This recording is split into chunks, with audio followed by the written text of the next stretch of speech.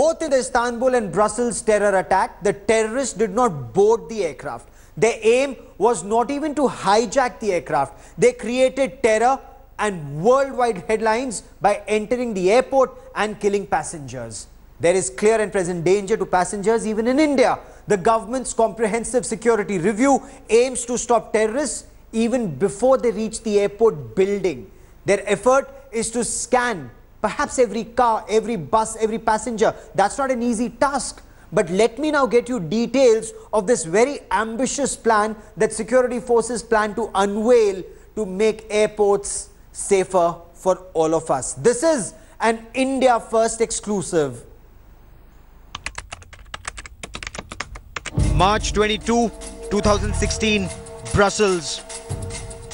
3 terrorists enter the Zaventem International Airport in Belgium. The terrorists struck at the check-in counter at 8 in the morning, local time.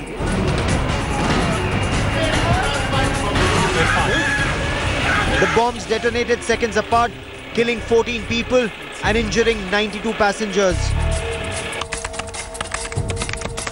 June 28, 2016, Istanbul. 3 months later, another terror strike at the Atatürk Airport, Istanbul. Similar modus operandi, 3 attackers, 2 blasts on the ground floor, 1 on the first floor. 44 killed, scores injured. How safe are airports in India? The government has ordered a comprehensive review of airport security. The threat is not as much to the aircraft or once the passenger has boarded an aircraft. The threat is when the passenger is entering the airport. The CISF and Bureau of Civil Aviation Security are a part of this committee, and the suggestion that's being made is to have additional layers of security before you enter the airport, at least 2 additional layers of cordon. Both in Istanbul and in Brussels, the terrorists managed to enter the airport building and the blast took place at the check-in and the departure lounge. That is where the new threat is.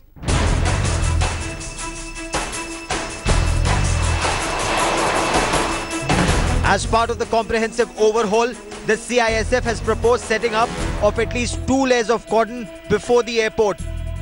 This will be in the vicinity of the airport building and will give the security forces an opportunity to pre-screen all incoming vehicles. Suspicious vehicles or passengers then can be put to additional screening. This, according to officials, will make the airport and passengers more secure. However, there are costs involved in making the airports more secure. So far, it's the responsibility of the government or the CISF to provide security at airports, but it's the cost of the airport management to pay for that security. So all costs, whether it's stationery or vehicles or personnel, their salaries, their weapons, the costs are to be paid by the airport management. There is some talk about management being slightly reluctant to incur additional costs. So is that the responsibility of the sovereign, that's Government of India, or the responsibility of the airport management? The CISF has a test case given the threat after the Atatürk airport attack in Istanbul and the Zaventem airport attack in Brussels. They've undertaken security at select sensitive airports, but to expand it, the costs remain an issue. At select airports, full-body scanners have also been deployed. These have been procured from the US, Israel and some manufacturers in Europe. However, these are still in trial stages and not found to be completely fail-safe. In the US, passengers are told to take off their shoes, belt, turban and all things metallic and then stand in the scanner. The same rules are still not applied in India, and some passengers have been reluctant for a full body scan. Additional sky and ground marshals have also been deployed both inside and outside the airport to make the airport safer. But the effort now is to make airports into a virtual fortress and defeat the enemy at the gates. In Delhi, Gaurav Sawant, India Today. Now, this massive overhaul of airport security comes in the wake of devastating terror attacks suffered by Belgium and Turkey last year. Twin blasts struck the Zaventem airport in Brussels in March last year. 14 people were killed, 92 injured. 3 terrorists entered the airport early in the morning and launched the attack around 8 local time. A similar attack shocked Turkey. Again, when 3 terrorists struck the airport, the Mustafa Kemal Atatürk airport in Istanbul, 2 blasts on the ground floor and on the first floor, the departure lounge of the airport. 44 people were killed, several others injured. Security agencies across the world are now coming together. They're comparing notes, they're sharing their experiences, they're sharing CCTV images. Their effort is to make airports a virtual city and aviation safer. The aim is to be one step ahead of terrorists. Now, India Today's Atir Khan joins me for more on the story. Security agencies, they appear confident that aircraft can no longer be hijacked, nor can explosives or weapons be smuggled and placed on board. So the threat is to the airport building and complex. Atir, tell us details about the security review. How soon are we likely to see it implemented on ground? Well, absolutely. You see, Gaurav, there's no let-up as far as security in the aircraft is concerned. Marshals are being deployed on a regular basis. But after the Istanbul and Brussels attack, it is now evident that the terrorists are capable of causing casualties in the launch, the airport building, or right outside. And therefore, there were regular alerts which were being received by the agencies and were being passed on. Thereafter, a high-level committee has been formed, which has taken decision in principle to implement, to do an overhaul of at least 100 airports. Now, this is underway. We know from our sources that it is happening. The tests have already begun, but it will soon be implemented. And as you're aware, that equipment like body scanners will also be, fully deployed. Okay, but Atir, is this restricted to bigger airports? Is this restricted to, let's say, Delhi or Mumbai, Chennai or Kolkata? Or does this extend to perhaps the 90+ airports and tier 2 cities which are equally, if not more vulnerable, Atir? Well, you see, the focus is to strengthen the security of tier 2 airports. The reason being that the airports in big cities already have a elaborate security arrangement, and we have deployments as far as 1 kilometer away from the airport. But the focus is to ensure that airports in around 100 cities, 100 cities need to be, the security needs to be strengthened. There should be multiple cordons outside the airport building. Now, that is being worked out. As far as finances is concerned, it is not a problem. The government has taken this decision. By the end of this month, there will be a final report which will be submitted by the committee. Gaurav? Atir, keep tracking that story. I will come back to you for more. For the moment, Atir Khan, many thanks. Now, even as airport security is being strengthened across the country, there was a security scare, and this was at the Air Force base at Yelahanka in Karnataka that's gearing up for the Aero India show. Security forces have apprehended a man. His behavior, they say, was suspicious. He was very close to the Yelahanka Air Base. 9 SIM cards were confiscated from this man. His antecedents are being verified.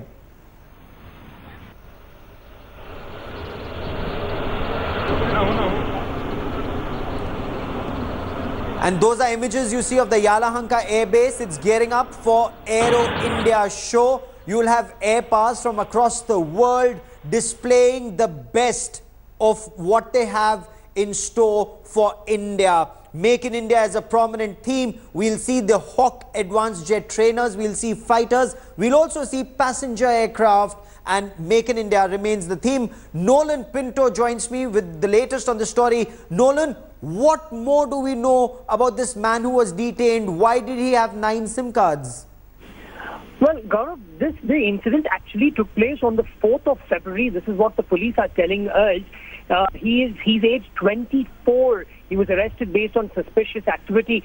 Now, what the Yelahanka police inspector actually says, that this suspect was part of the crew. He was part of the crew who was setting up stalls for the air show. On the 4th of February, at around 9:30 in the evening, when all the other people had left, the authorities at the airbase noticed this man actually talking to someone over the phone. No one was there. When they questioned him, they found that he was in possession of 9 other SIM cards. Now, what the airbase authorities did was to inform the Yelahanka police, and he was arrested. However, Bangalore Police Commissioner Praveen Sood in a tweet stated that there is no terror angle. He tweeted saying, please don't carry uninformed news. There is no terror angle at all. Repeat, no terror angle at all. Nolan, for the moment, many thanks for joining me. Now, security forces may be turning airports into a virtual fortress for passengers, but there was a mid-air scare. An Air India pilot is now facing an inquiry. The pilot stands accused of endangering lives of 122 passengers by not following the standard operating procedure. This was a bird hit case, we are told. The flight from Bhopal carrying 122 passengers and crew suffered a bird hit as it took off. But instead of seeking priority landing, the pilot continued towards the destination, that was Delhi. But later, the flight was diverted to Bhopal and made an unscheduled landing. India Today's Anandya Banerjee joins us with more on this big story. Anandya, do we have details? Was the pilot not aware of a bird hit? Did he continue to fly despite the bird hit? Why did he do so, if at all? What you're given to understand, Gaurav, at this point of time is that the pilot was very well aware that it was a bird hit. The conversation between him and the IGI ATC clearly indicates so. What's unprecedented though is that in spite of knowing that he continued to fly till IGI, we are told that only the turnaround happened around when he was the airspace above Aligarh and went back to Raja Bhoji Airport in Bhopal. So it's very scary, you see, because bird hit is not a very simple simple safety threat. You have 123 passengers on board, including the crew members, and you have not only endangering your life but also endangering the lives of whole 123 people along with those crew members. So clearly DGCA has cracked the whip. They have ordered an inquiry, and as we are aware and what we given to understand that disciplinary action may follow very soon. Okay, for the moment, Anandya Banerjee, many thanks. Two young women passengers from Manipur have hit out at Jet Airways, alleging they were not permitted to board their flight to Amsterdam. The young women have alleged racial discrimination. The two young women from Manipur were reportedly stopped. They claim they were harassed by Jet Airways staff at the airport, and this caused them to miss their flight to Amsterdam. The young women alleged they had all documents, they produced all documents, and still they were not cleared to fly. When they asked why were they stopped, the officials didn't give them an explanation and kept them at the airport till the flight had departed. Actually, we were trying to fly for the Delhi to Amsterdam, and the Jet Airways, they stopped us from going. They didn't say anything, they were just stopping us. There is they are harassing us intentionally, we have all the proof and we have rights to travel, but they stop us without any reason. India Today's Mustafa Sheikh joins me for more on the story. Mustafa, why were these young women stopped? What's Jet Airways' explanation?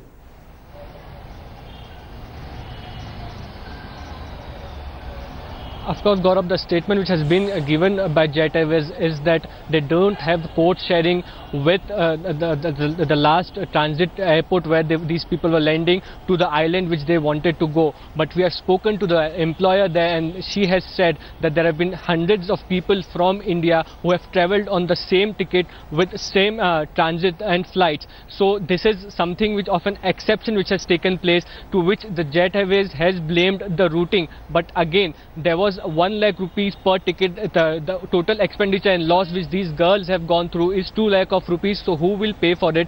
The employer again wants them there, and there was no reason given. They were sitting there at the Delhi airport yesterday for around 10 hours, and they were not told as to why they were stopped. They claim that they have all the possible documents which are required to go there and on that island and work. So this has only happened to these two people without giving any reason. They were also managed to take a picture of one of the staff who was trying to question them and not giving any reason. Till that time, they had already missed their flight. They had to come back to Mumbai and take shelters at some relative's house. So this ordeal which they have gone through, the Jet Airways has not said that they will inquire into it. They have just blamed it on a routing problem, Gaurav. Okay, but can Jet Airways get away with it? Are these girls leaving it here? A loss of 2 lakh rupees, the mental trauma these 2 young girls have suffered. What is their next step? Are they seeking legal opinion on this?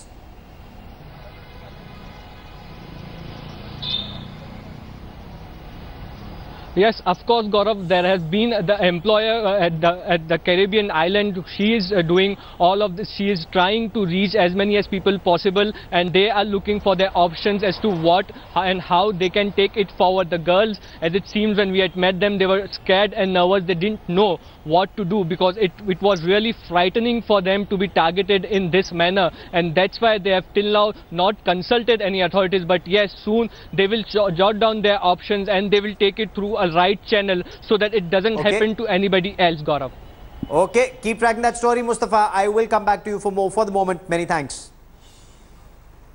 And moving on, taking a leaf out of Tamil Nadu government's book, the Karnataka government, the Karnataka law minister has said that there will be an amendment to legalize Kambala soon. The buffalo racing sport of Kambala was banned by court in Karnataka, saying that there was torture and mistreatment to the animal. So there was a stay on Kambala, but following the successful movement in support of Jallikat in Tamil Nadu, similar demands cropped up across different parts of the country, especially Karnataka and Maharashtra. The Karnataka government seems to be set to introduce an amendment to the Prevention of Cruelty to Animal Act and is confident of the union government's support.